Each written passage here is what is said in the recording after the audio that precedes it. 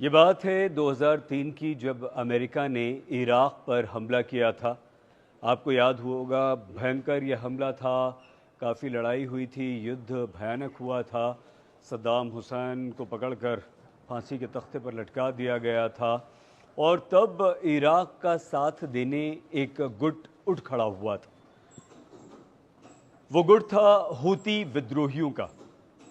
अब ये हूती हैं कौन?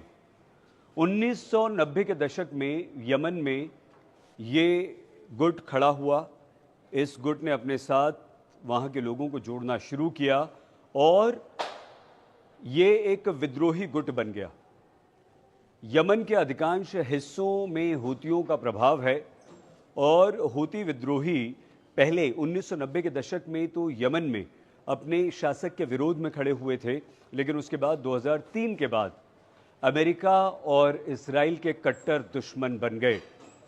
ये लोग अपने आप को अल्लाह का साथी कहते हैं और अमेरिका और इस्राइल को अपना सबसे बड़ा दुश्मन मानते हैं। हूती विद्रोहियों का मानना है कि हमें अमेरिका और इस्राइल को ख़त्म करना है, इनका नामो निशान दुनिया से मिटाना है। अब हूती विद्रोही कर क्या रहे? हूती विद्रोहियों ने लाल सागर पर जहाज़ों पर हमला करना शुरू किया, मालवाहक जहाज़, और दुनिया की सबसे बड़ी शिपिंग कंपनी ने इन हूती विद्रोहियों के हमलों से डरकर अपना ऑपरेशन लाल सागर से करने का निर्णय वापस ले लिया और दुनिया की अर्थव्यवस्था को ये एक बहुत बड़ा नुकसान था। अमेरिका, इजराइल, फ्रांस और कुछ अन्य देशों पर इसका बहुत बुरा असर पड़ा। एक जहाज़ पर तो हूती विद्रोहियों ने कब्जा करके उसे अपने कब्जे में ले लिया और उसके बाद वहाँ से उन्होंने अपना एक ऑपरेशन भी शुरू किया। इसके अलावा आए दिन हूती विद्रोही लाल सागर में अमेरिका, इजराइल, फ्रांस और दूसरे जहाज़ों पर, व्यापारिक जहाज़ों पर, मालवाहक जहाज़ों पर हमला करते रहे। हालांकि अमेरिका और फ्रांस ने अपने जहाज़ लाल सागर में तैनात किए हैं और हूती के हमलों को ये लोग नाकाम लगातार करते रहे हैं।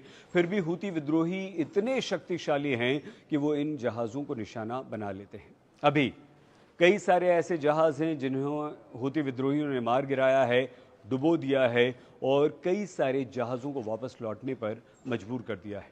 हूती विद्रोहियों ने अपनी एक खुद की सत्ता वहाँ समुद्र में चलानी शुरू कर दी और ये कहा कि जो भी जहाज़ यहाँ से गुजरेगा, इजराइल की तरफ जाएगा, हम उसकी जांच पड़ताल करेंगे और उसके बाद वो जाएगा। अगर जो नहीं जाएगा उस पर हम हमला करेंगे, उसे मार गिराएंगे।